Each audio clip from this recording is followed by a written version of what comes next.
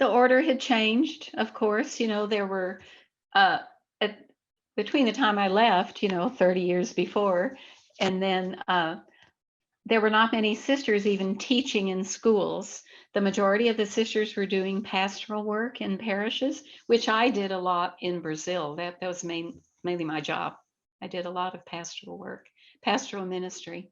Um, the style of life was a little different in some places, just because of people's ministries and uh,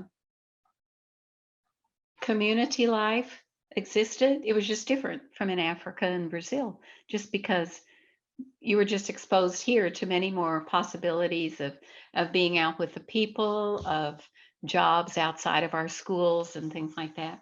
So it took me a little bit of time to get adjusted. But on the other hand, I felt that the sisters were so welcoming. And, they didn't know me as a sister because I left. I left as a very young sister before I even made my first profession. So they had never lived with me as a sister. Um, and so it went both ways, them getting used to me and me getting used to them. But the welcome was extraordinary. And some of the sisters, of course, knew me as a student in high school. And in fact, one of the sisters, the community I came to live in, which was our formation community, one of the sisters taught me in first grade. So I had these connections, from my childhood. And so, yeah, it took me a while.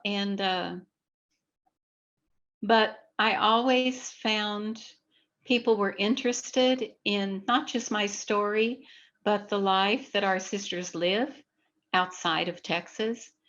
And and I think it helped people realize more that we're not a real big congregation, but we're very close knit.